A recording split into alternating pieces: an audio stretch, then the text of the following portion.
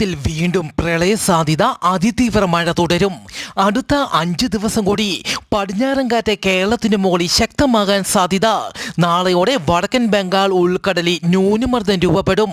കേരളത്തിൽ വരുന്ന 5 ദിവസം കൂടി അതിശക്തമായ മഴ തുടരും.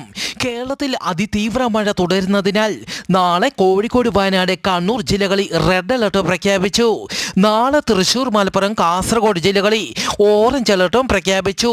കാലാവസ്ഥയിൽ മാറ്റം വരുന്നതിനാൽ അലർട്ടുകളിലും മാറ്റം വരാം.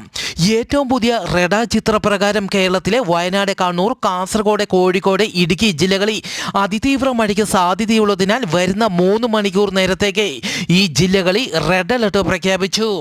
കേരള, കർണാടക, ലക്ഷദ്വീപ് തീരങ്ങളിൽ ഇന്നു മുതൽ വരുന്ന വെള്ളിയാഴ്ച വരെ മത്സ്യത്തൊഴിലാളികൾ മത്സ്യബന്ധനത്തിന് പോകരുതെന്നും കാലാവസ്ഥാ വകുപ്പ് അറിയിച്ചു.